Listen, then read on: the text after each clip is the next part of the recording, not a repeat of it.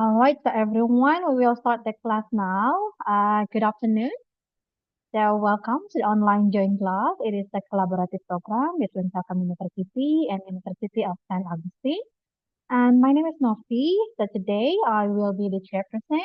And joining us today, our lovely speakers, Mr. Triaji Priyo Pratomo from Telkom University. And I also see Miss Jessica from the USA. So welcome. And then also we would like to welcome all of you students from Telkom University Indonesia as well as students from University of San Agustin Philippines. So welcome to the first session of the online joint class in strategic management. So for topic today is a neurostrategy, the brain behind the strategic leader's mind. And it will be delivered by Mr. Triaji. But before we start the presentation, let me tell you the basic rules for today's agenda. So everyone, during the speaker's presentation, kindly turn off your microphone. And for those who want to ask a question during the presentation session, maybe you can drop your question in the chat, and we will follow up the question after the presentation's over, yeah? And then all participants are encouraged to ask directly to the speakers in the discussion session. And at the end of the session, I will share the feedback link. So it is a requirement for earning a certificate and as for the present list. So please fill out the feedback link, yeah, at the end of the session. And the last, we will have a group photo at the end of the session as well. All right, so without further ado, everyone, the speaker who will deliver the material today is Mr. Triaji and already joined us today. So please, Mr. Triaji, you may start the class. Thank you, Bu Novi. A warm welcome as well to Dr. Jessica Padriga from University of San Agustin. Welcome, and the whole class from USA. Yeah? We will learn a bit about neurostrategy, which is a fairly new topic in strategic management discipline. So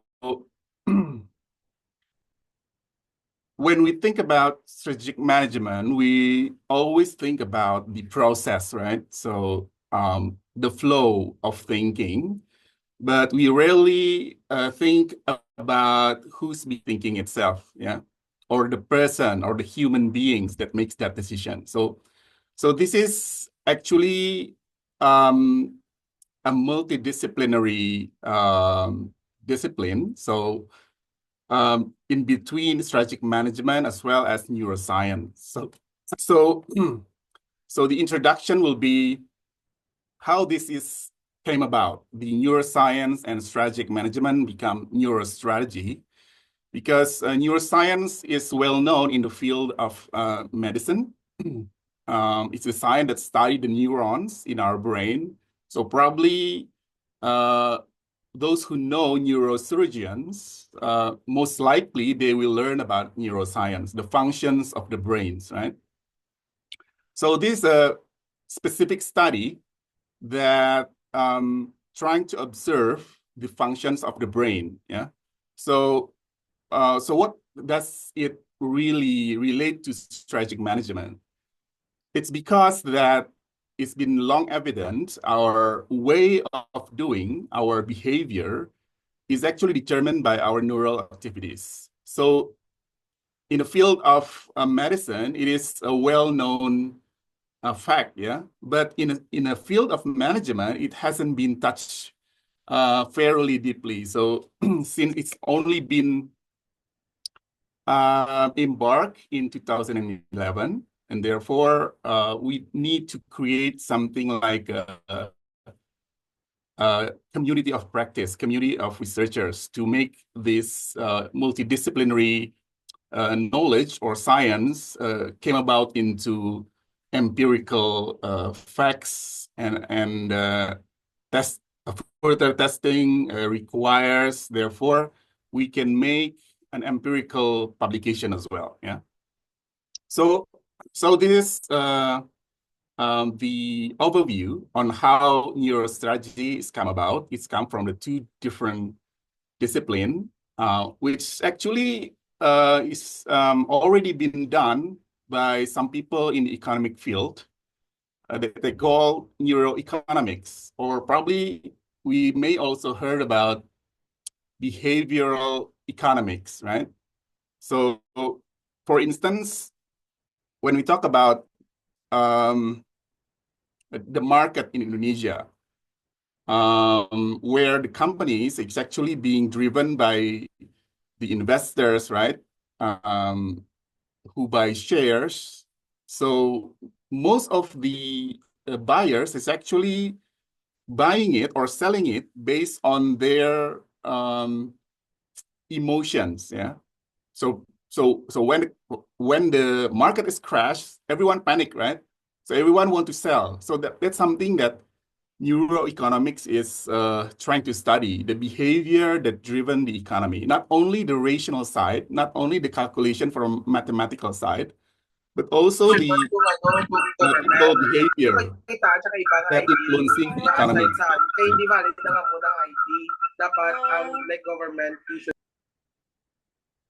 So as well as the neuromarketing, this is something that you probably have heard of.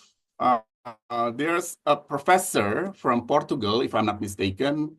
His name is João Moutinho, not Jose Mourinho. Yeah, it's João Moutinho. He's focused mainly on the subject, the neuromarketing, on how the brain creates decisions, and then that decision is actually leading into how the companies actually capture the opportunities in advertise their products or actually sell the product itself. Yeah.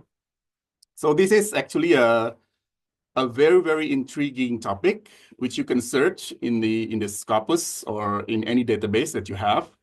Neuromarketing is there for quite a while. So I encourage you, for those who learn more about marketing or really focus on marketing, to learn about this specific topic on neuromarketing.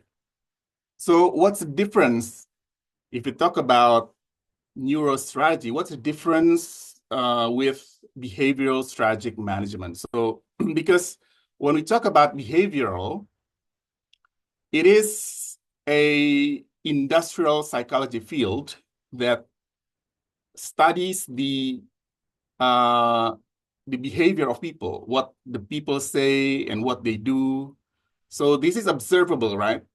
What the things that they say or write or the things that they do is actually observable by human eyes, yeah? Or any objective tools that we can observe those people to do what they do, yeah?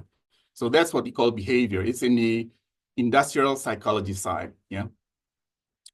And behavioral strategic management is studies on behavioral pattern. So whenever it's recurring, yeah, or creating a pattern of a person or a group at the strategic level, which is the C level, probably the chief marketing officer, chief financial officer, or chief human capital officer, or even the chief executive officer, this become an intriguing topic to understand how the behavior is actually influencing the decision-making process. Yeah.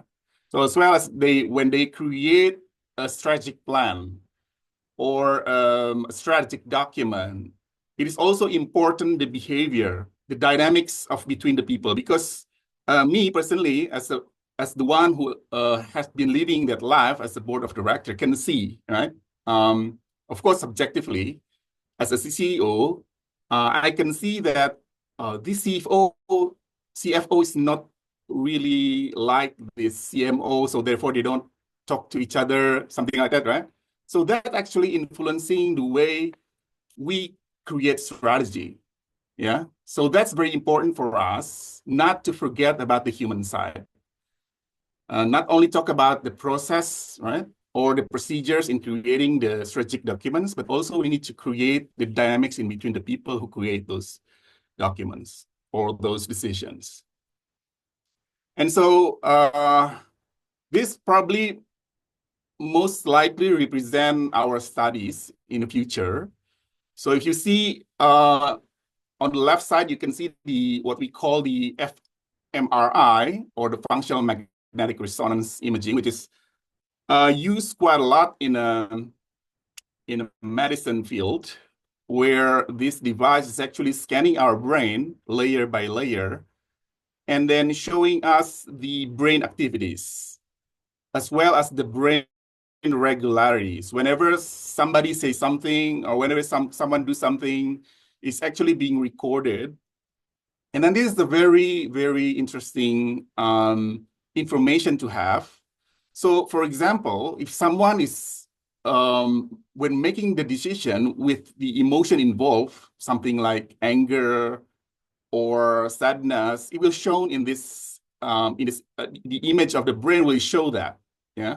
So it is something that neurostrategy is interested in, on how the quality of decision from someone is actually affecting the brain function or the brain activities. So we can also then finding out what kind of brain activities are more suitable in the strategic level decision making. So that's something that we would like to achieve, yeah. So this one is probably a bit high tech, yeah. It's very expensive. So probably it's a cost equal to an airjet engine. So Boeing's 737 engine for one device. But there are a much cheaper solution to this, which called the EEG, the electroencephalogram, which actually doing the same thing, just like the fMRI, but it's only capture the waves of the brain, yeah? So when we capture this waves of the brain, we can understand on which level that someone is actually calm or agitated, intimidated, or having a baseline fear or something like that. So then we can see that this type of brain waves is actually sending a certain pattern, yeah, to a certain degree for certain people as well. So we can find the pattern here. So this is what the science do, right? So science trying to find the patterns on how decisions being made, yeah? And then those pattern can predict the future outcome, yeah? So that's why this is very interesting for us. If you'd like to join the research, very much welcome. I can see that here we have an undergraduate students, probably that you hasn't learned about strategic management, but some of you probably from the MBA class, I think it is a very interesting ideas to start from as your research, yeah, baseline, or probably your, what we call the interest, yeah, to research about the human brain of the people who actually making the strategic decision, yeah. So why does it matter? Yeah, so this is the next question that I would like to share with you. But this actually been researched throughout the world, right? Mostly in business schools. So I will show you on the next slide the video from the Wharton Business School that underlies the importance of neurostrategy or neuroscience in strategic management. So let's have a look.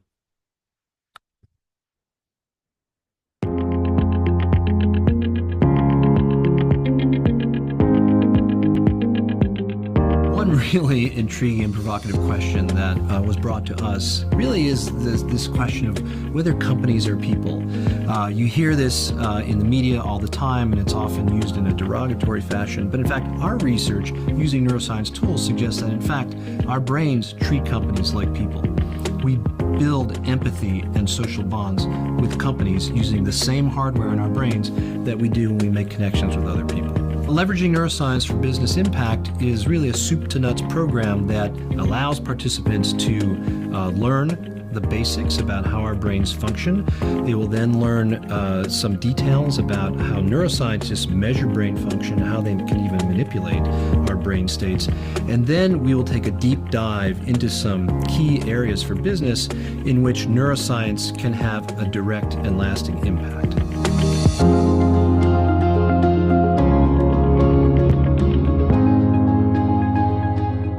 So that is just one business school, and not to mention Harvard, Northwestern University, probably all the business school in the US doing the same thing, going to the same path in understanding the human brain, especially the brain of the leaders that make strategic decisions.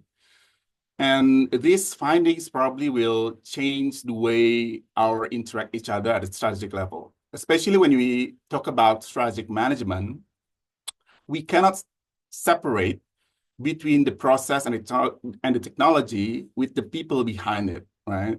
And by means of people is the people that having this brain activities, yeah, the brain waves being sent as the signals, and we can and when we can capture those as a pattern, we can find what kind of a leader that's actually fit to a different situation, right? So that's the whole idea about how this neuroscience initiatives is actually come about. Right, so what we heard just now is that some keywords, right? So the speaker would talk about companies are consist of people, right? So when there's no people, there's just buildings, right? There's nothing to do. There's no process being done, right? There's no job being done. So it's very important to know that companies can be called companies if there's people in it. Otherwise, we cannot call that a company or organization.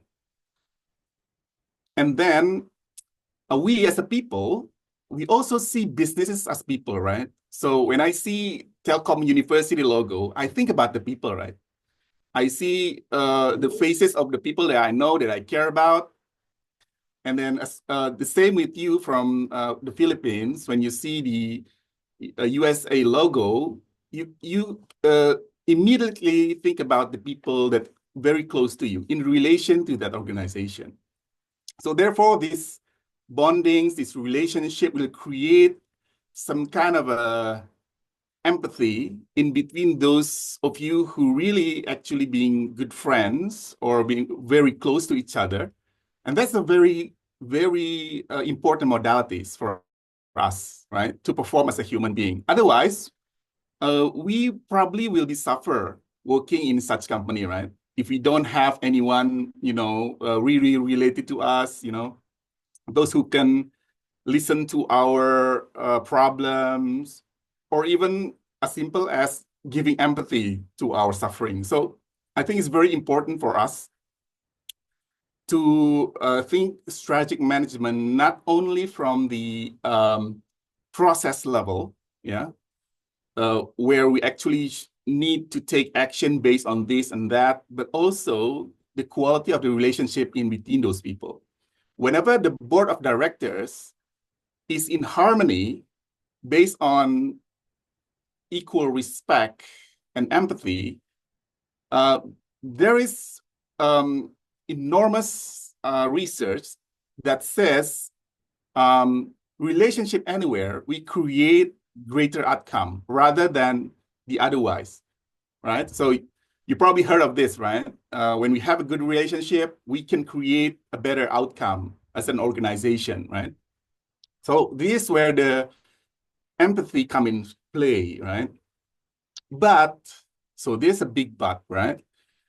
If you don't have empathy, not by choice, yeah, but by design or by accidents, you have this brain injury or something, or you born with it, so you don't have empathy, and then all the way up, you become these corporate leaders, then what happened? This is what we are fear the most, right?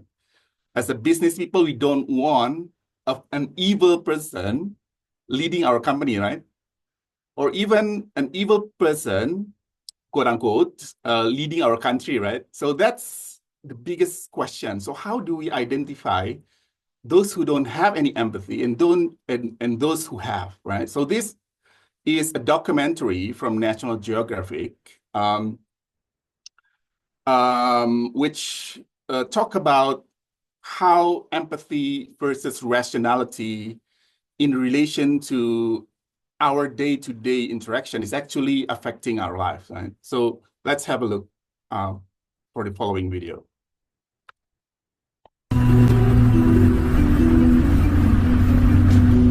So I'm traveling to a maximum security prison to meet a man you could call evil incarnate.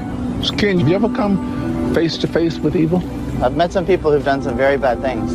Neuroscientist Dr. Kent Keel is trying to pinpoint the source of evil inside the brains of psychopathic killers. I wanted to try to understand why people do really bad things, and how to help prevent it someday. Thank you. I'm about to meet one of Dr. Keel's most notorious subjects. He's serving a life sentence here. His attorney tells me this man raped more than 24 women and murdered 3.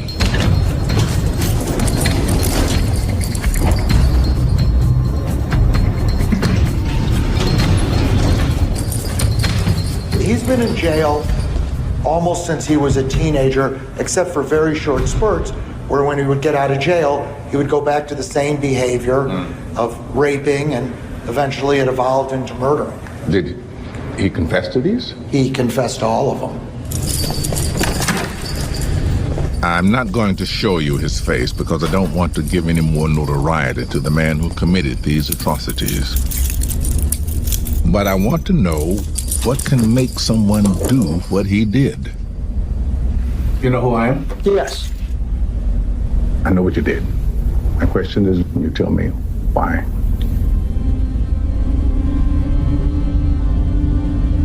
It was a spur of the moment thing. Each time. I didn't have any plan to go out and snatch anybody, commit any sexual violence against anybody. I had a desire, an impulse, and I wasn't able to stop myself from acting on the impulse. Let me ask you, at about what age did you start? I think when I was 21, 22, I was out looking for something to steal, and I just spotted a teacher who had stayed late. So I decided to rob her, kidnap her, and rape her. I just pulled over on an access road, and she fought back, slipped through the door, and I just turned around and took off. When did you first kill? Going on 27. I was going out to commit a burglary, and the crime happened. Kidnapped, raped, and murdered? Yeah. I'm looking for the correct term. It isn't guilt, it's remorse. Did you ever experience that you know of? I don't see emotions like everybody else. I don't feel them. There was no remorse. I think that I'm not wired the same as everybody else. So, Kent. Yeah. Is this psychopathic? In psychiatry, we have a way of assessing what we call psychopathy or psychopathic personality disorder, and the lack of empathy, the impulse control, the poor planning. He scores, in the 99th percentile. What makes a person evil? Kent has scanned the brains of 800 psychopathic criminals. This prisoner is the most extreme case he's ever seen.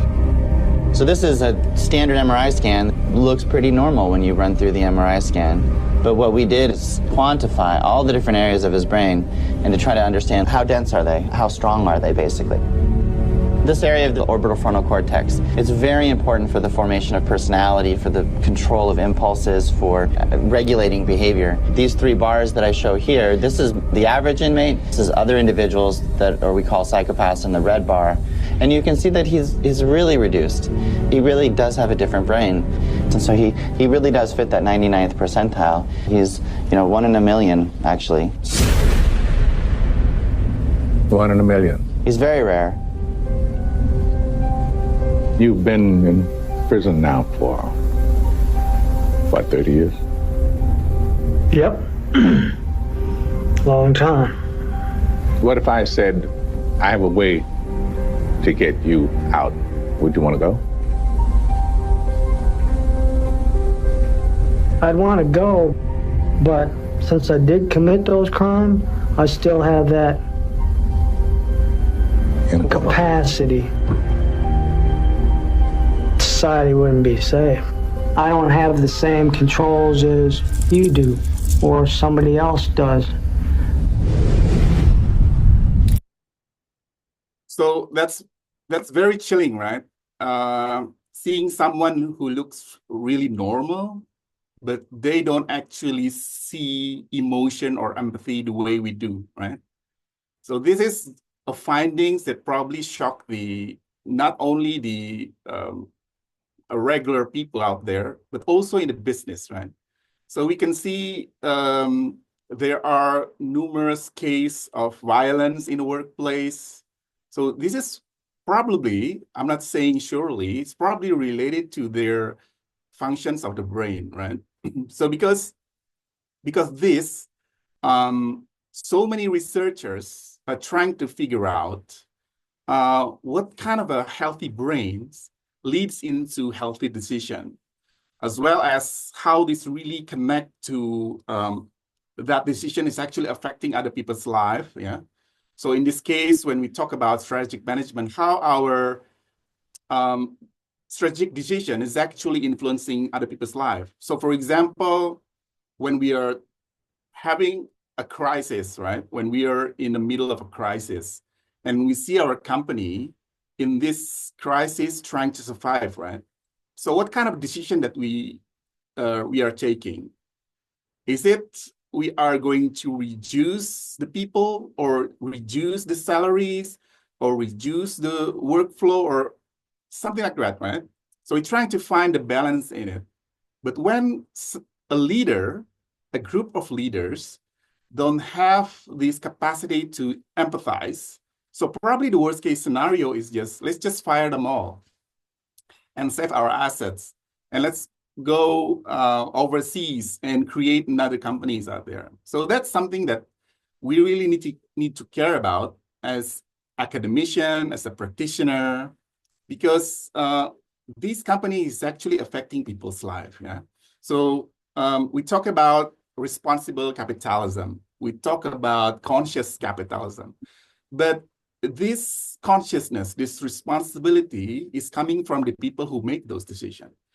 And hopefully the people who make those decisions having a proper or adequate quality as well as physicality in their right mind to make such decision, right? So therefore, why now? Why this actually matters? Because when we look at how neuroscience and business intertwine to each other, there are hundreds of it, right? This is from the Google search alone, not including yet the Scopus, but when we look at the numbers, it's staggering.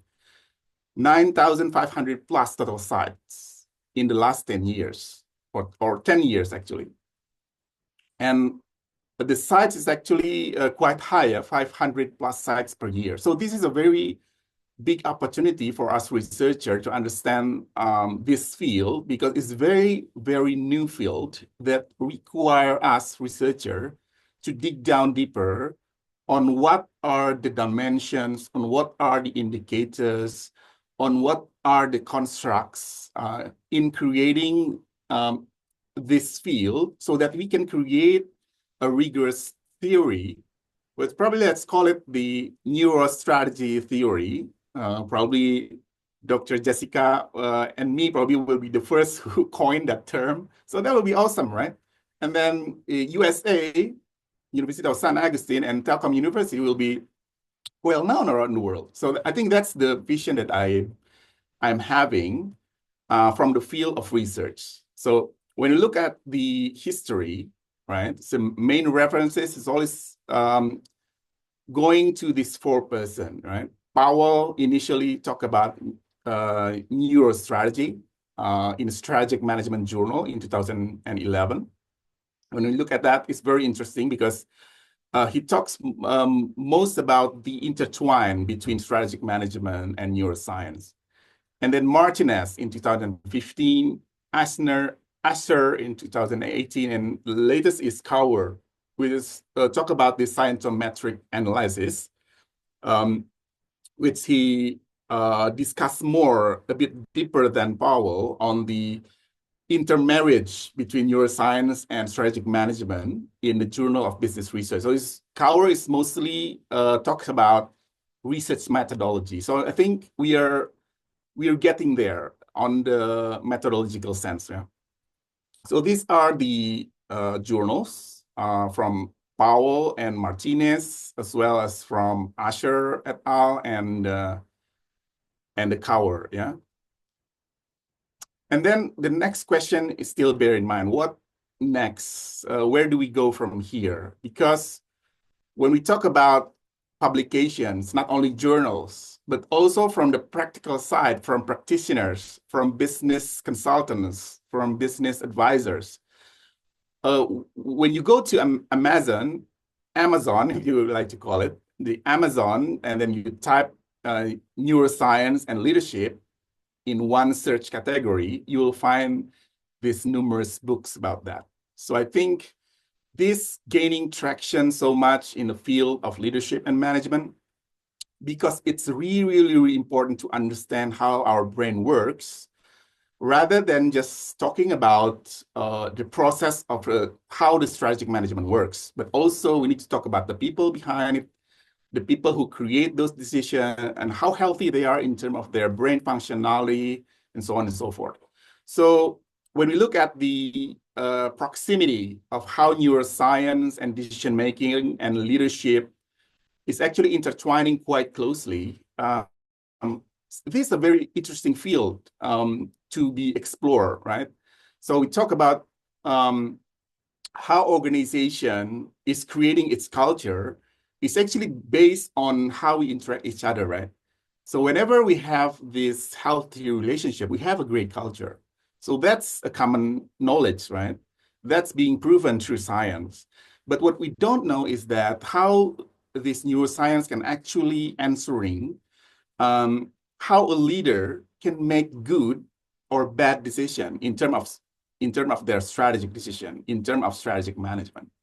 So then, when we talk about neuroscience and medical research and leadership, it's all intertwined, yeah?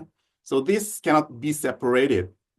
We need to broaden our boundaries, not only talk about management as a specialty, but we need to have this multidisciplinary cooperation or collaboration with those from medical practitioner, as well as from the organizational behavior, or probably from psychology and industrial psychologists, to have this into a deeper, as well as a more, what we call methodological view. So we can have this into a more academic discussion, which is based on fact, not only from cherry-picked findings, right? So last thing I would like to deliver is that I would like to quote a quote from Luc Dietrich. He said that the human brain creates the human mind, and then the human mind tries to understand the human brain, however it takes and whatever the cost. Because Luke is actually seeing this a very important subject. This is a penultimate research of all the research. We trying to find the object outside ourselves, but we forget to observe ourselves in terms of how our brain works. Yeah. So us as the strategic management disciples, as those who learn strategic management as our way of doing or our way of being, I think this quote is very inspiring, especially to me, because when we look at ourselves, we saw endless mysteries on how we making decisions, on how we shifting our perspective based on the people that we're facing, right? So when facing this person, we act differently, and then when facing this person, we act differently as well. So that's very interesting to me as a person who live in the both world, talk about strategic management as well as people behavior. So I think that's it from me. Thank you very much. Terima kasih. Maraming salamat. Salamat po. I think I hope that I pronounced that correctly in the Philippines. Thank you very much. All right, thank you very much, Mr. Triaji, for the presentation. All right, so we will enter the discussion session. So everyone, students, do you have a question for Mr. Triaji related to the presentation? Or do you want to share something or just cross-check or confirmation? Sure. If anyone Yeah. would like to share their experiences or they have case studies to be shared with the class, I'm looking forward to that. It's going to be more interesting than just a Q&A, right? Yes, of course. The students from Philippines, do you have something to share? Oh, Dr. Jessica, next week probably I will assign my student to ask you tough question, yeah? Yeah, it will be better, Mr. Triaji. So it can be more interactive Yeah. discussion. Come on, students, do you have a question or just confirmation or just sharing, please?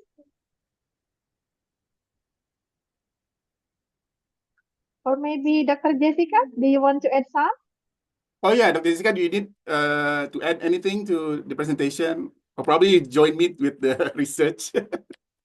All right, sige. While waiting from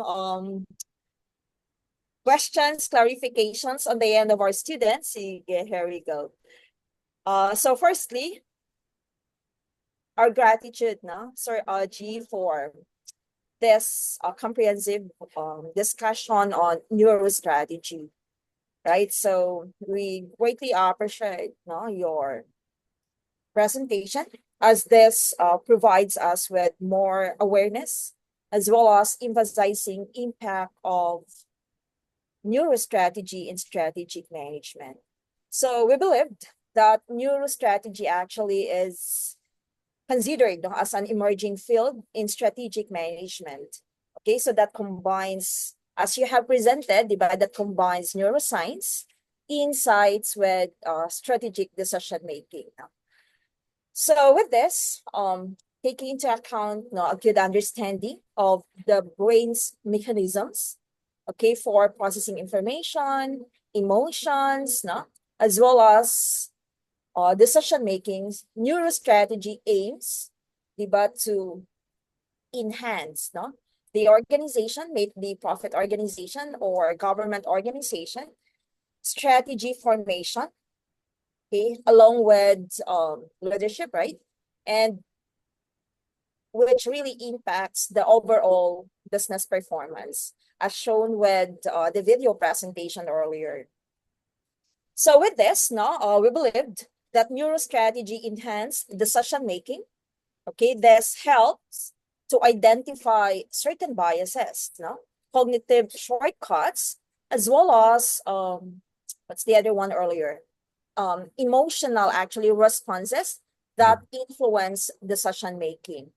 So with the recognition of those differences, decision makers as well, those from the top management, the executives, the ones who make a strategic plan for the organization, can make then more informed, balanced decision, avoiding traps like overconfidence or loss of aversion. So just like with the presentation earlier. Moreover, speaking about, you mentioned about empathy. So this could be also a good insights on how to deal with stress in the organization. So just like here in the Philippines, actually, more and more employees are bombarded with stress. So if the stress are not properly managed, so they turn to burnout. Yeah. And that really causes no dissatisfaction. Right. What about in your organizations, in Indonesia? Is this happening as well? Yeah, I totally agree with that premises because I too, coming from the practitioner field, which my highest achievement is as a CEO in a state-owned companies. So I see this duality of thinking, right? Yeah. Trying to make the company to be profitable, and we're trying to make the people happier, right? But sometimes this is, it's a war in itself, right? When we're trying to talk about profitability, then somewhat we have to sacrifice something from the people's side, right? So they probably work long hours, they have these impossible demands, something like that. So there have these burnouts.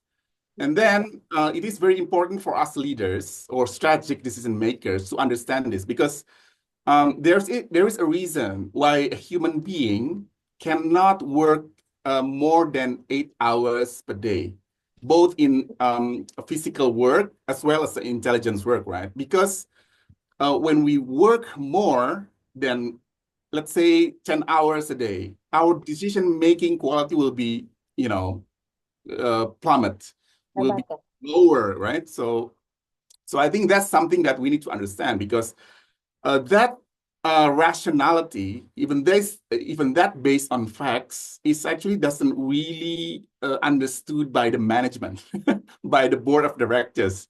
They just wanted to have this profitability. It's like we have a a swan that have a golden egg.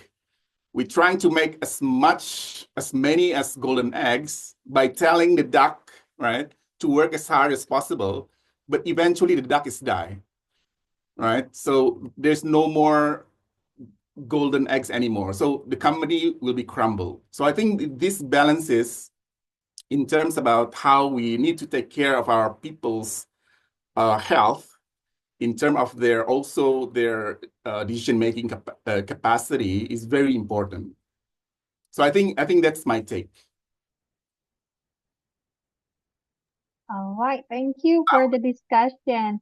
I would Okay, like to students? hear about the case from the Philippines. How is it going? How do you see how this actually applied in terms of employees' well-being, etc.? So can you tell us more about this?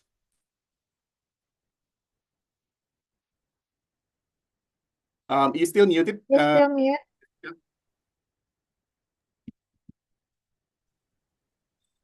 So, moreover, so we believe that neurostrategy actually helps us understand how stress as well as pressures impact our decision making.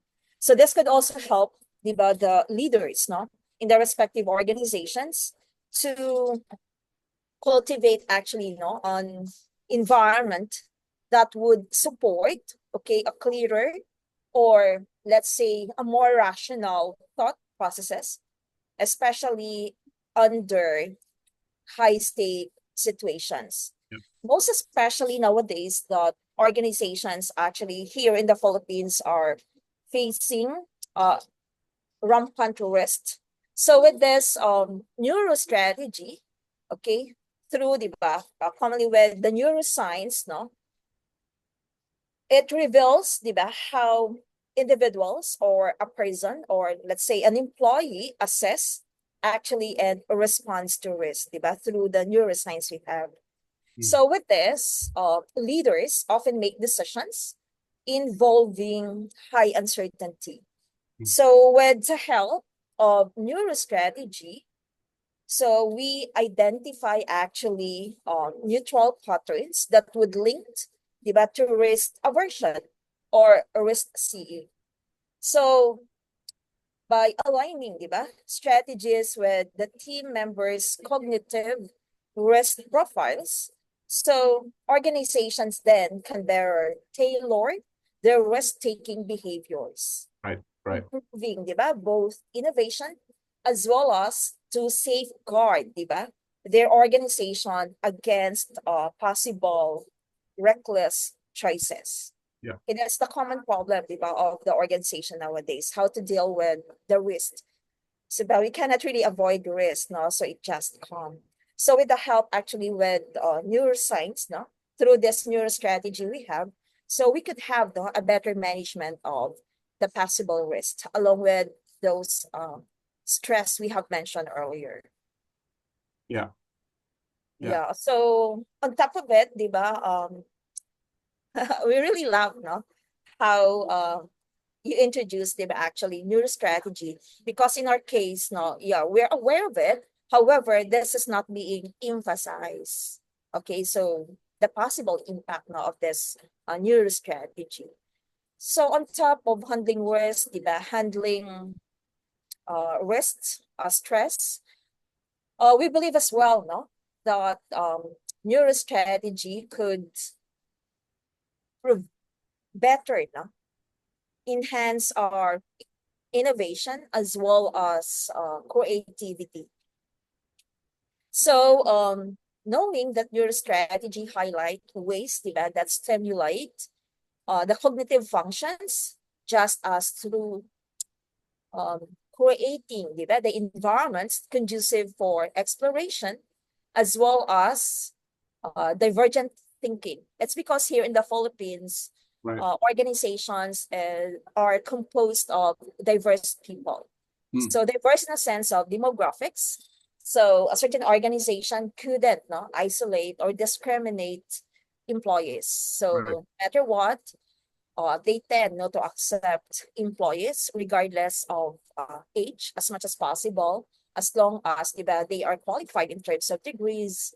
So they even accept, no, more than 60 years old. So up to so far 65 years old. So 60, you are obliged to retire. However, you are still given the opportunity to work if you can really make it at most by 65. Right. So yeah.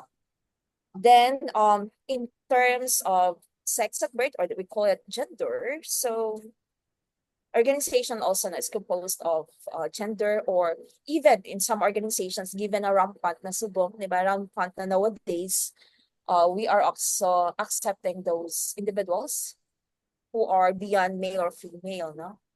So we need really adhere with the taste and preferences of those employees. And more so, organizations are composed of different employees across different ethnicity. So here in Iloilo, so Iloilo in Region 6 is considered as the center of the region. Okay, we are here from Iloilo City. No? So the capital of Philippines is Manila. And we are an hour, okay, afar from Manila through plane. So in terms of the center of the region, the capital of the region, Region 6, Iloilo. So employees, no, are coming from the different regions. So from Antique, Aklan, Capiz, no, Negros, and so on and so forth. So still, organizations are obliged actually to accept, no, employees of different ethnicity. So once they are from different ethnicity, so they have also their own culture. They have also their own practices. Right. Yeah, so with this, no, however, it has also some advantages. Having diverse people would mean diverse thinking. So commonly this is being utilized for the common good, no, of the organization, most especially in terms of business. Right.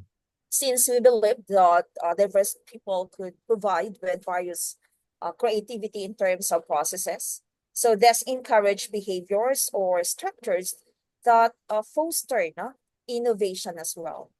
Okay, as much as possible for businesses to sustain and to remain competitive, there must also observance of innovation. We need really to keep innovating things. Most especially, Sir G, we are on the BSPA, so syempre we believe, that we are actually, the arm of businesses. So we need really to create innovative products, okay, for the companies to remain competitive. Right. So it's actually a struggle on the part of the employees on how to satisfy divergent people. However, with the use of neurostrategy, this would also foster effective strategic communication. As we believed, effective communication is really essential for strategic management within the organization, regardless of its size. So, as neurostrategy offers actually insights into how people process and retain the information. That's what's important is. So this also help leaders craft different messages through verbal, okay, facial, oral, that are more persuasive and as much as possible memorable, which could be pleasing as much as possible on the ears of their employees. So with the application of the findings of the research you have presented earlier, diba? There are various research that really provides findings on the application of this new strategy. So if we only apply, okay, those findings of neuro strategy, this would really mean improvement in both the internal as well as the external communications of the organization. This is to ensure that indeed, strategic goals as well as priorities are clearly understood and embraced by all members of the organization. So from the top level down to the lower level management, as well as those who are in a non-managerial posts. Okay, and most especially neurostrategy enhance actually organizational learning as well as the adaptability. So this contributes understanding on how the brain learns, adapts, as well as changes on the experiences we have. So this can be critical to fostering culture of continuous learning and adaptability in a fast-changing industries. So as we live, everything keeps on changing. The only constant thing is change. Right. So as business people as we are, we need really to adapt to change for us to sustain our operation and to remain competitive. Okay, so incorporating neurostrategic principles would aid us in developing training programs, okay, that maximizes retention of our employees as well as adaptability. So this also help us better prepare employees to respond to the different strategic shifts that may occur now and then. So more so, what's really important is the emphasis of this neuro strategy in aiding competitive advantage in the organization. But so far, companies may be better at recognizing market trends, okay, that we need really to for us to sustain. This also would anticipate the competitors' strategies as well and respond to changes in terms of the customer's needs, their changing preferences, as well as creating proactive rather than reactive strategic posture. Okay, but what we are after is, as managers as we are, we should not only respond to the possible changes, but we need really to have proactive decision making. So Exactly. as much as possible, we need really to prepare proactive strategies to combat the possible strategies of our competitors.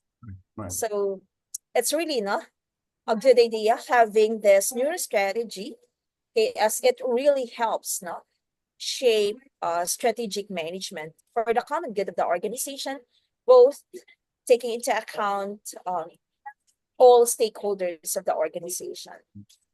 So what is important in here is we need really to be particular about the proper use lang of the neuro strategy, as it poses also ethical concerns. So in whatever strategies we have, diba, as we have experience, as we are exposed to, in whatever strategies we have, just be responsible, okay, on how to apply all the strategies, taking into account the common good of all the members of the organization, and that includes as well all stakeholders, those Right. outside of the organization. So thank you very much, Dr. Gina, for a comprehensive discussion on your strategy that would enlighten each of us, since diba, our students are graduating students, soon to be occupying now the industry, so of their taste, on what industry they will be pursuing. So their graduation actually will be this coming June. So they are getting ready now to face the industry. So exposure now with other relevant strategies abroad is really a good help and guide for them to be ready to face the real world. Yeah. So thank you very much. Most welcome. Maraming salamat.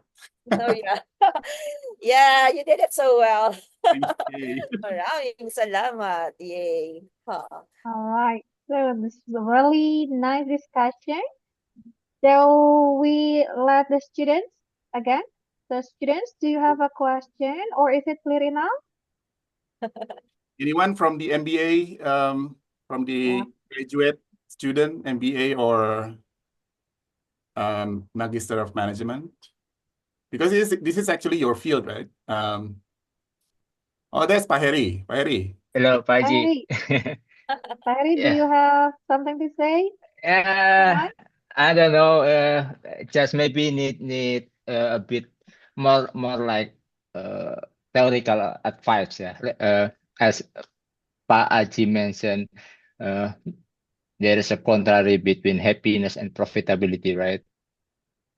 Yeah. As we can say, if we see with the global companies, there's always campaign like well-being, happiness. Yeah, but All the I'm buzzword. I'm just looking with it myself, Yeah. managing small companies. We can say it is almost impossible we can achieve that, because if we pursue happiness, then we will lose the opportunity, right?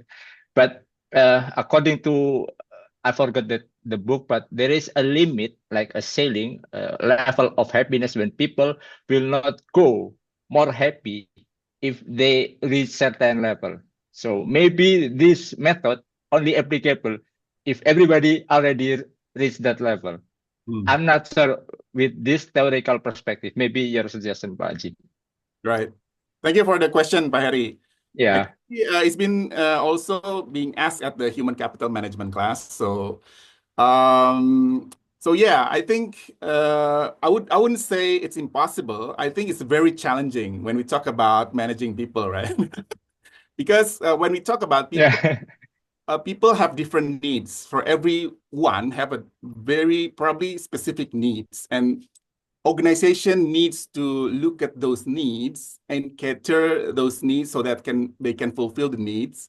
So whenever the needs has been fulfilled, it is expected that they are quote unquote happy, right? But that doesn't stop there, because there is also the job demand as well as job resources, to support them to perform, to produce, right, to be effective and to be efficient, so on and so forth. So I think all the variables, when we talk about people, it's like a black box, by it. It's like we don't know. We're just trying this out, because as a practitioner, all right, we see people is unhappy. So what are we going to do about it? So But there is a caveat to this because whenever we have these people-generated challenges, most of us probably forget about how we dig up the problem itself from the people, from themselves. So I myself took a professional coach certification from the International Coach Federation. And now it's being a trend all over the world that companies are trying to build their leader as coach. Why? Because those leaders is actually not only telling people what to do, not only they are demanding performance, but they also very close to the team that they lead. And they communicate periodically, even in a real-time basis. They ask questions about the problems, how can I help, and so on and so forth. So I think that's one thing that we can take to minimize the impossibilities into a more tangible action on how this should be perceived, right? So I think that's the art and science as a leader, Pak Heri, because you are a business owner as well, right? So you Yeah. understand these challenges and trying to manage between rationality and, being close to them Exactly. personally, right? Exactly. And then on the other hand, you need to make this company profitable. So that's the job of a leader. So probably we need to have a leadership session, Bu Novi. Yeah, agree with that. Nice. Yeah, probably from Dr. Jessica would like to add anything. Yeah, please, Dr. Jessica, do you have Yeah. something to add? You're You're still still muted. muted. Ah, Yeah. Yeah, so far, that's the discussion as well is good for me naman. So okay. satisfied. Yeah. All right. So what's your response, Pak Heri? Because Yeah, you are I about to think get into it's a it, right? good. We have to like take maybe what I'm going to do is like maybe in the first wave in short term this will reduce the profitability, but it will increase the happiness, well-being. But in long term, it will go back to our business. Yes. Yeah, I So I agree with agree that. with that. Agree with that. Because when we talk about people, we shouldn't talk about the cost of the Yeah. initiative, right? So we need to talk about the initiative as investment. There Agree with that. it is a well-being programs or mindfulness session or something like that, or company outbounds. We need to look at that as an investment. And when we talk about investment, it is actually a sunk cost, but it will return in a much, Yes. because we talk about human capital as a as a modalities of our performance, right? Hmm. We see people who deliver values. Even who's the boss of a Starbucks? He said that we are not in a business of serving coffee. We are in a business of developing people that serves coffee. So I Yeah. think that's very intriguing. He doesn't look at the other on the ultimate end on profitability, but he look at the means of the people who create the profitability, which is the people of the company, right? So that's what we call the investment. In terms of strategic Yeah. management, that's the people strategy or human capital strategy. Yeah. Yeah. Agree. Thank you, Pak. Most Sige, welcome. okay, sige. So in addition, sige, here we go. Gone are the days actually, gone are the days that people or the so-called employees or personnel of the organizations are considered as cost. Diba? That's the common take of every organization. Employees, people, are considered as cost, diba? So, however, certain researches actually indicated that the personnel of the organization must be treated as customers.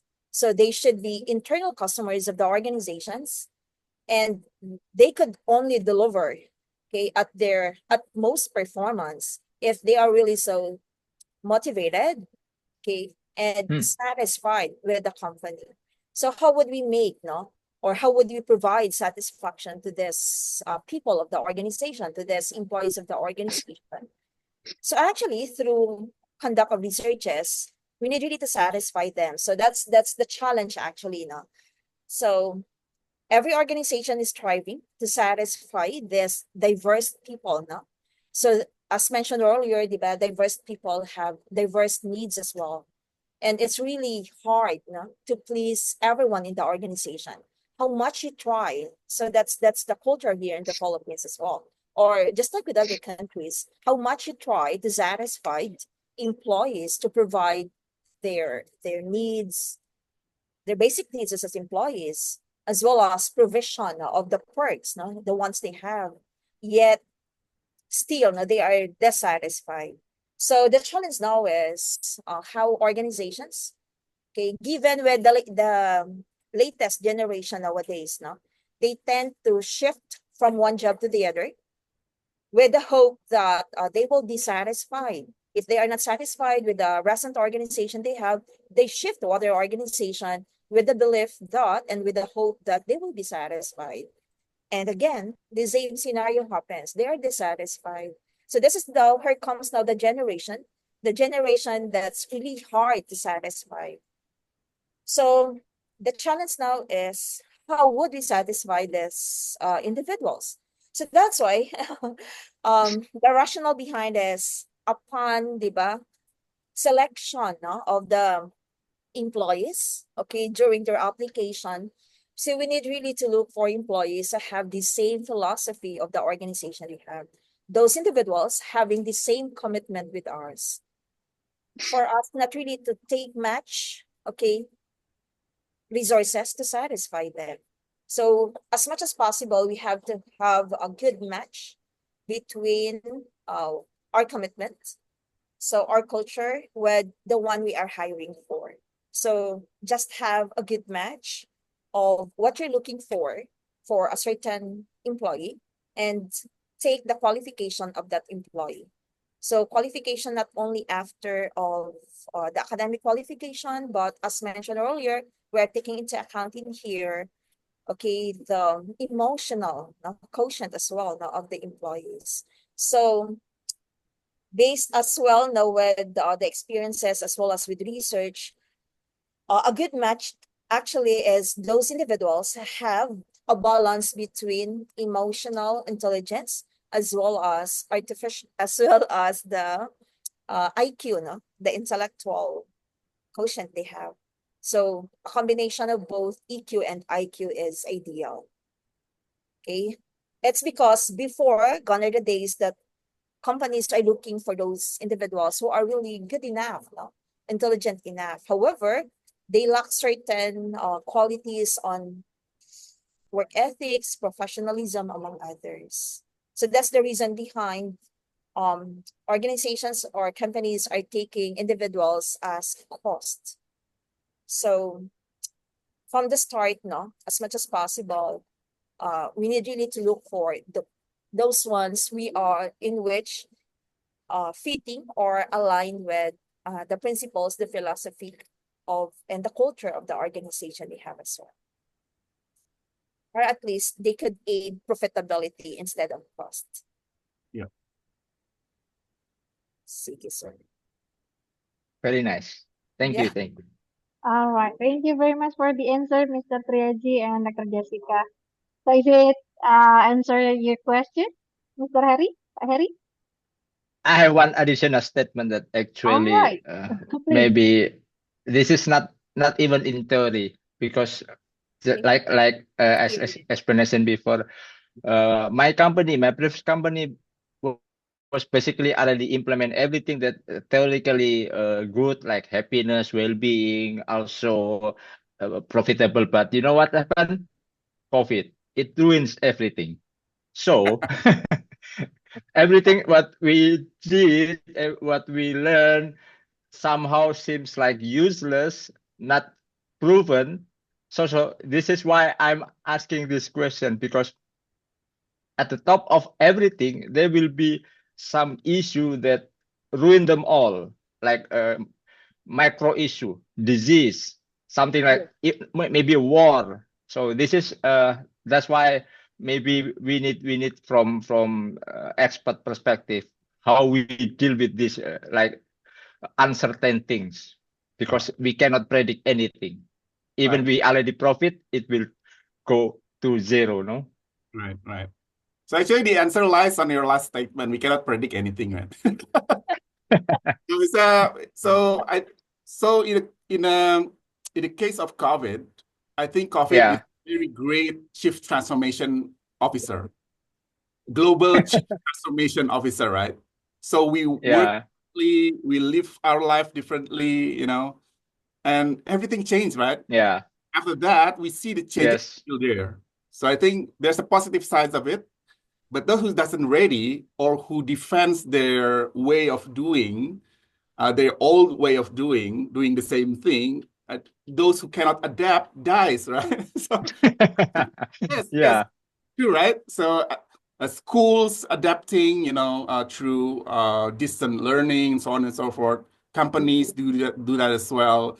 They are doing this in a very short time. They are trying to change things, in unbelievably short time. yeah, So I think that's the challenges, because we as a human being are created to be adaptable. So I think that the trait that we need to be aware of, because some of us, even some of the leaders, stuck in the past.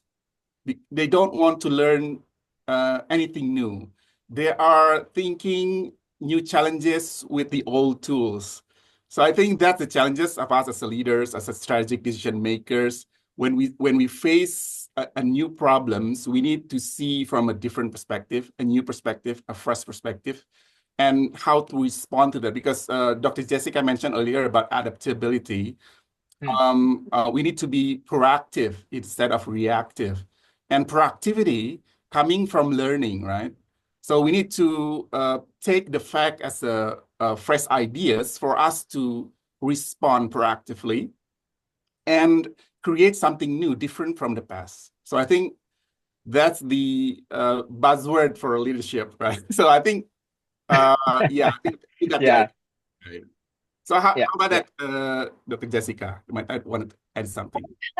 So that's the reason I had emphasized earlier, diba, the risk management. So that's how the neurostrategy actually would help organizations not to survive strategically. So with this, for us now to survive amidst challenges just like pandemic, fortuitous events, among others. So from that experience we need really to have a must of developing a so-called robust risk management framework. Okay, that's what we lacked way back then. So we were not able to identify or provide, diba, future plans. What if this happens? So as much as possible, we were not able to develop and establish or the so-called in place scenario plan. So even here in the Philippines, we are really adversely affected. It's because our risk management way back then is not much given emphasis. So that's the reason behind this pandemic, although it really ruins our life. However, taking on the positive side, it also helps us, taking us an opportunity for us to prepare the next time around. Okay, for us to prepare an established risk management framework, and that includes scenario planning, diba? Mga what if strategies we need to prepare with, we need to plan with. And then we need also to be particular about identifying all possible risks and the likelihood of the different risks, okay? The likelihood of occurrence of this identified risk, as well as the possible impact and its level of impact of those risks. Then we need really to have a good scenario planning. So we may run possible simulations or what if scenario analysis and make plans out of it for us to have a proactive approach. Okay, we'll never know when things happen, when pandemic happen, when fortuitous events happen, okay, even on our end, fortuitous events actually have adverse effects on businesses, on all industries actually, and even it ruins our life. So with this, we need also to be particular about strengthening our crisis management as well as business continuity plan. Okay, we need really to have a good emphasis on the preparation of business continuity planning.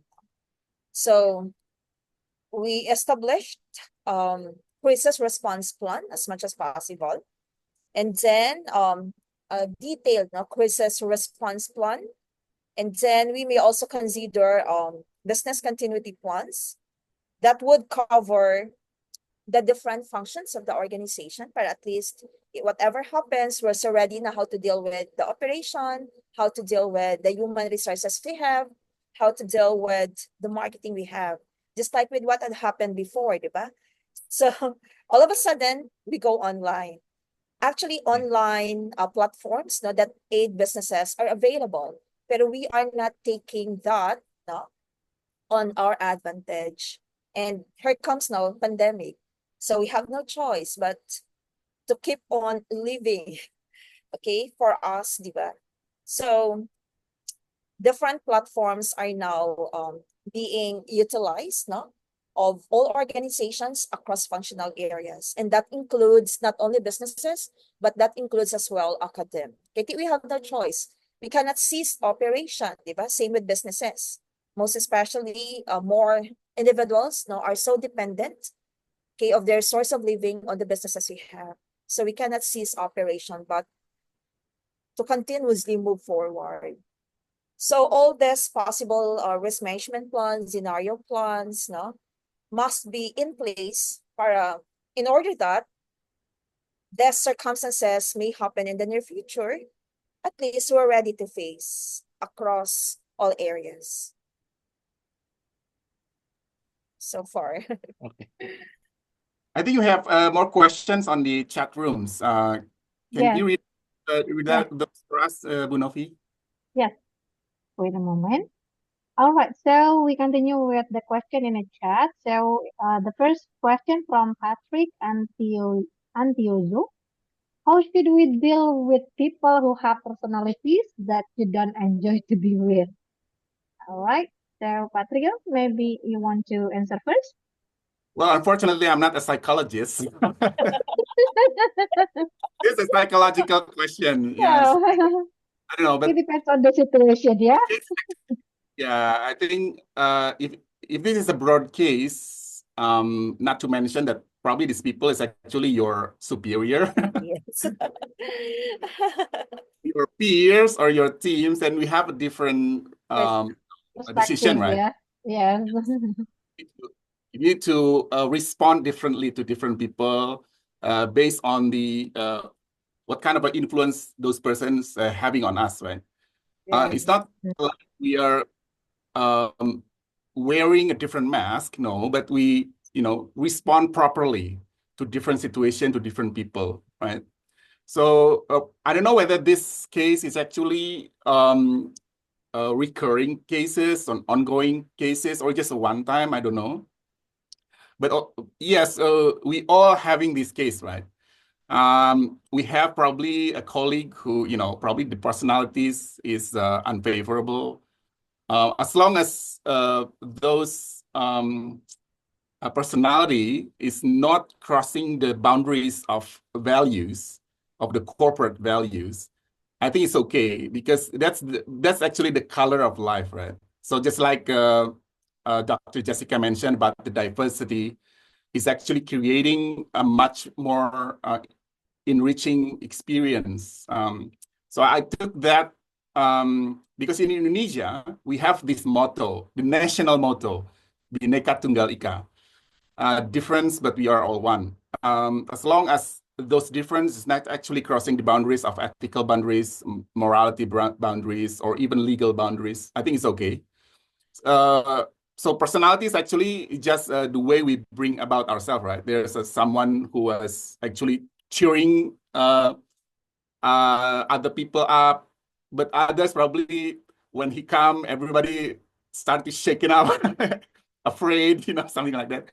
But as long as we are in this together, our values still aligned, our work still being done. I think it's important for us. It start from us that we need to suspend our judgment towards anyone, because everyone have a different set of views every day.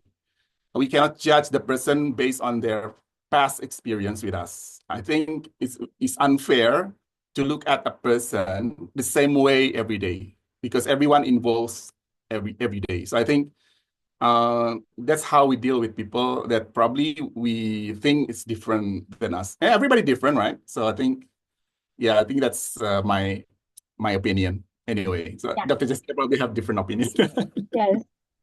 Yeah, I could agree more with Mr. Triaji. So how about Dr. Jessica? Do you have something to add related to how should we react to people who have the personality that we don't enjoy to be with?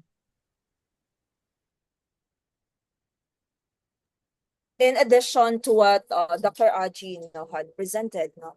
So in an organization, actually, professionalism really matters. And if we are in the organization, we need really to accept individuals regardless of their personality. So with that acceptance, regardless of how they behave in the organization, of course, diba, our behavior is being guided with, here in the Philippines, no, the behavior of the organization is being guided with code of ethics. So we have in here the code of ethics.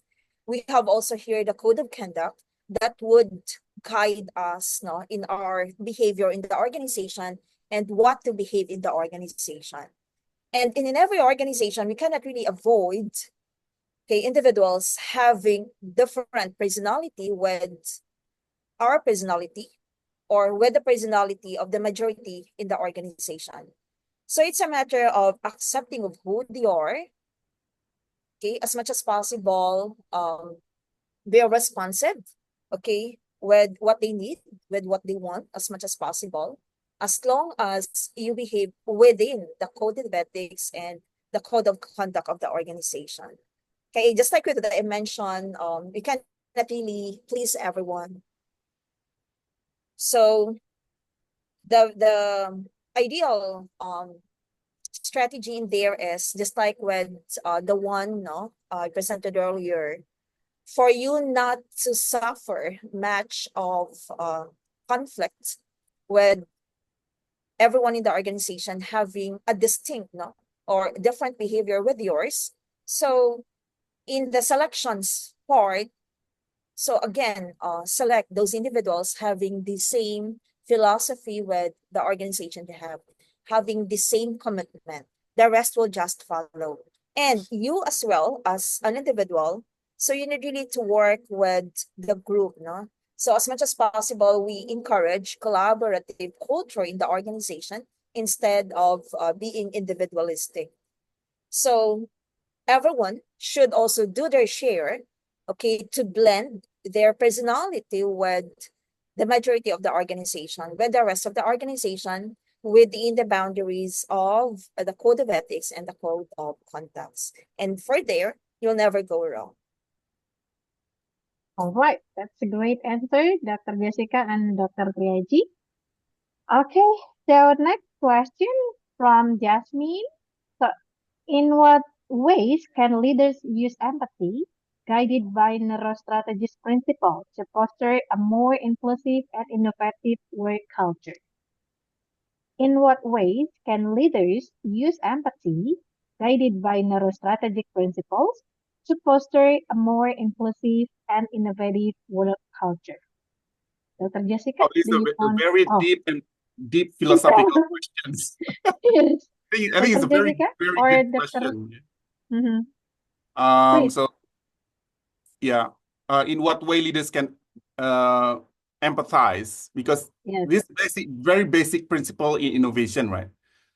Whenever you want to have a kind of innovation, first you need to empathize with the people that requires those innovations. what they feel, what they think, what they see, what they hear. This is basically the basic principle of design thinking, right? So, but as a leader, you need not only understanding the counterparty first, but you need to understand yourself first. So to have a self-awareness is very important for a leader.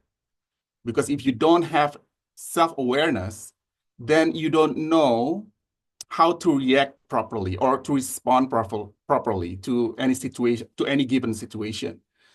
Therefore, in Western Hemisphere, there has been introduced mindfulness as a tool for a leader to know themselves, to know their capacity, and then when they been facing with the different situation, they can respond properly. For example, in a time of crisis, probably other people will be panicked, right? But when you know yourself better, then you can convert those fear into something very useful. So something like that, yeah. So the next question will be guided by neuroscience, because because when we understand about ourselves, we can also observe our emotions that being involved in our decision-making process, right? So whether we can separate or differentiate those emotions with our decisions that we are about to be make, it is a very important process, because most people react when they don't know or they cannot separate the emotion that they have. But a good leader respond. They don't react, they respond. They have a space between the stimuli with their action. And we talk about, Dr. Jessica talked about emotional intelligence. That's what emotional intelligence is all about. Taking a space in a time of 6 seconds, this is the keyword, before we respond to other people's stimuli. So therefore, when people are, interact with us, they don't necessarily feel being the object, but they are being involved in our conversation, in our way of doing things, right? So they are having this engagement with us. So that's therefore creating the, they're not afraid to ask questions. They don't afraid to say different things with us, right? Because if we are being a fearful leaders, then they probably will be, afraid to ask any question even. Yeah. So I think that's my take. I don't know. I'm not a psychologist, so probably Dr. Jessica have a better answer than me. Yeah. So Yeah. please, Dr. Jessica. Okay, since diba, we are in business, diba, we are not really digging it deeper, no, as to the psychology point of view. So on our end, actually, so that's the reason behind as well, diba, in the organization, those who could handle as well, HR, no, or the human resource department of the organization could be those individual from the psychology as their field of discipline. Those who are really having specialization in human resources. Okay, but at least they have a good grasp of how individuals behave and how to deal with these individuals for greater satisfaction of everyone in the organization. Okay, so with this, taking into account the use of empathy, diba, we believe that neuroscience actually emphasize that the brain's default mode network, okay, is considered as a link, no, to creativity, and thus better function once an individual is on a relaxed, diba, stage, and they could focus, no, on what they are doing. So with this, the companies actually could structure collaboration sessions, okay, in order to include breaks, diba? We are not robots, so we really need to have a break, diba? So that's a show of empathy, no, to our employees later in the organization. So collaborative sessions also foster reduction of stress. Okay, that's the common causes of dissatisfaction of employees as well. Okay, it's because their needs are not really provided by the organization, the so-called work-life balances. So that's being fostering work-life balances actually fosters empathy in the organization. All this actually encourage free thinking that would foster empathy in the organization. So that's how we deal with being empathetic in the organization we have. All right. Okay, so hopefully it will answer the question, Jasmine. And yeah, next we can continue the question from Oh. Christine Joy. So how can firms leverage neuro strategy to enhance collaboration between other businesses and industries? Right. Wow. The question from USA is very, very, very tough, Dr. Jessica. This is, unprecedented. Yeah. The question is very, very good. Thank you for the question. I think this is what we need as a student of business or management. We need to ask a very critical questions. And this is actually a research question, not only from you, Yes. also for us, right? How this neurostrategy being applied, yeah, to enhance the collaboration. But this is my hypothesis, right? It hasn't been proven. So the hypothesis is that the bird with the same feather flocks together. Flocks together. Right? So we tend to be comfortable with the people that have the same brain frequency with us. So that's the hypothetical statement. Because when we are calm, that calmness will actually spread out throughout the room. And vice versa, when we are in stress, then the whole room will be stressed out. So I think when we talk about the firm, we talk about the leaders in the firm. We talk about the people who leads the firm. So when the leader have this good self-awareness, they bring themselves in a manner that, in a collaborative way, in a mindset that let's do this together, then this will actually, transcends into the people that they would like to influence. So I think when we talk about how the firm can leverage neurostrategy, I think neurostrategy can, provide a much deeper understanding for a leader. So what kind of a way of being that is more, proper for them to interact with others, that can create a better relationship, a better collaboration from the scanning of their brain waves.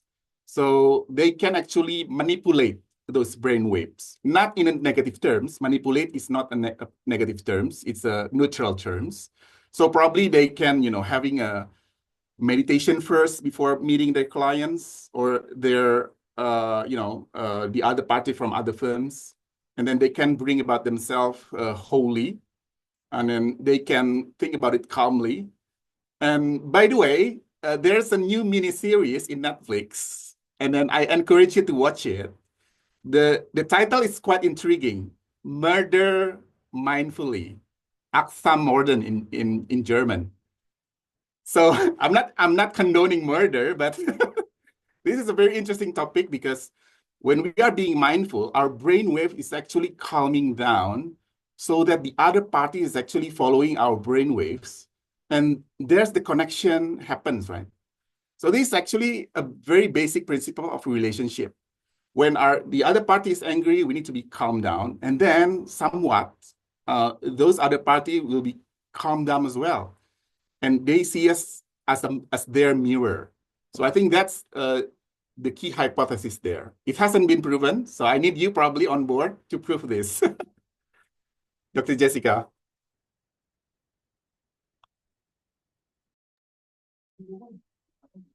Please, Dr. Jessica. Oh, where is Dr. Jessica? I think it's being disconnected. It's being disconnected. Yeah, I think. Okay, probably Okay. next question. Yeah, we're waiting for Dr. Jessica so we can continue. And then the question from Evelyn, for business leader, how can we train our brain to make better decisions?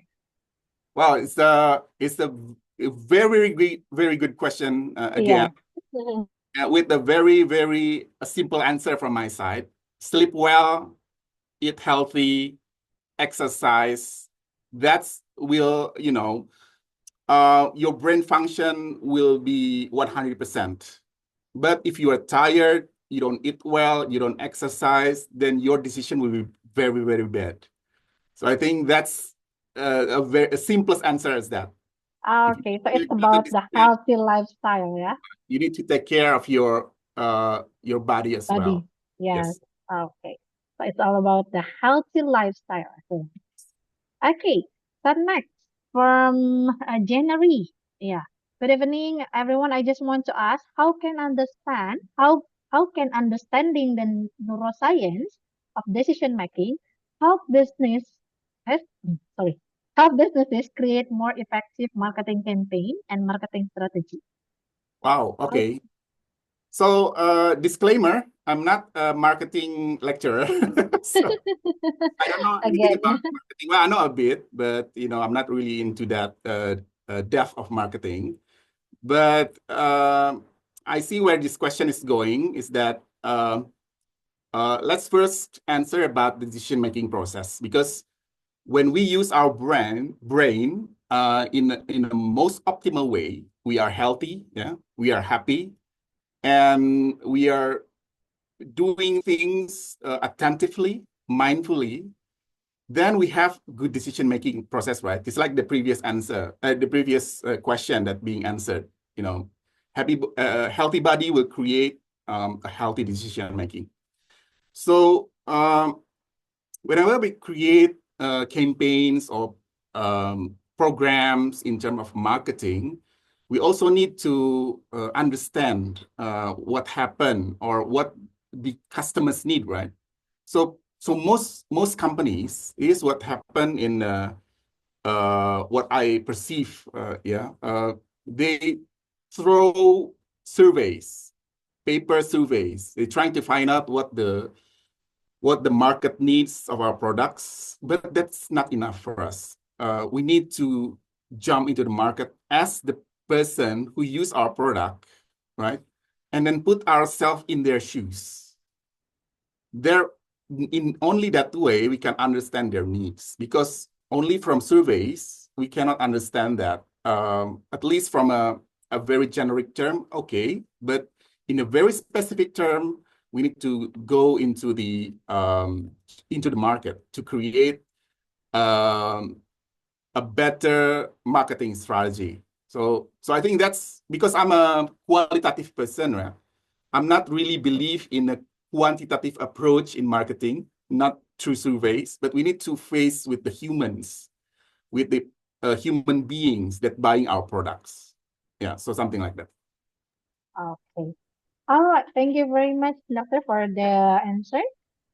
So I think the time is over. Yes. Yeah, thank you very much for the discussion.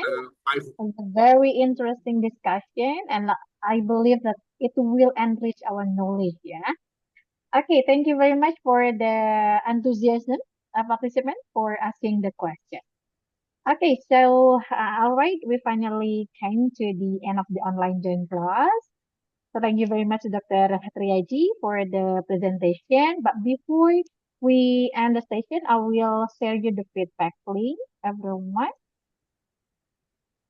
So please fill out the feedback link. It is the requirement to earn e-certificate as well as present list, yeah, for this participation in the online journey.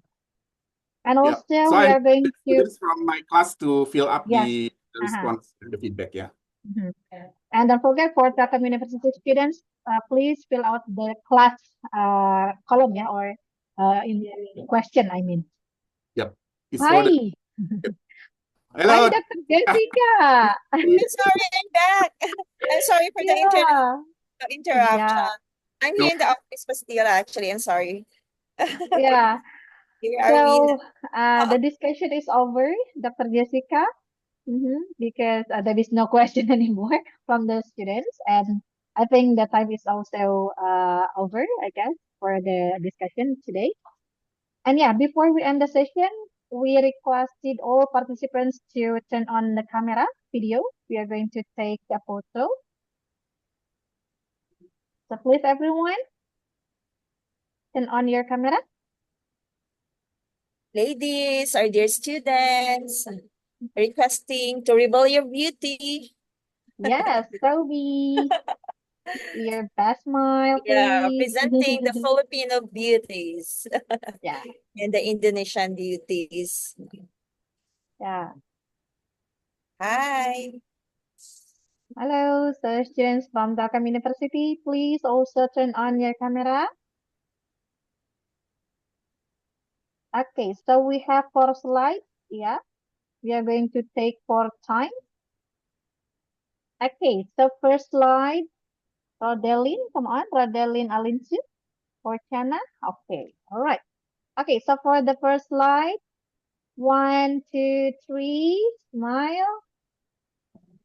Okay, wait a moment. Right, wait a moment, please. And then the second slide.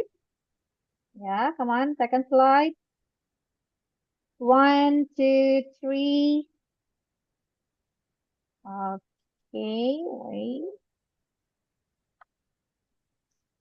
And then third slide. 1, 2, 3, go.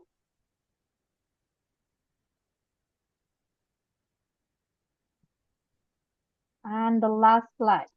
1, 2, 3.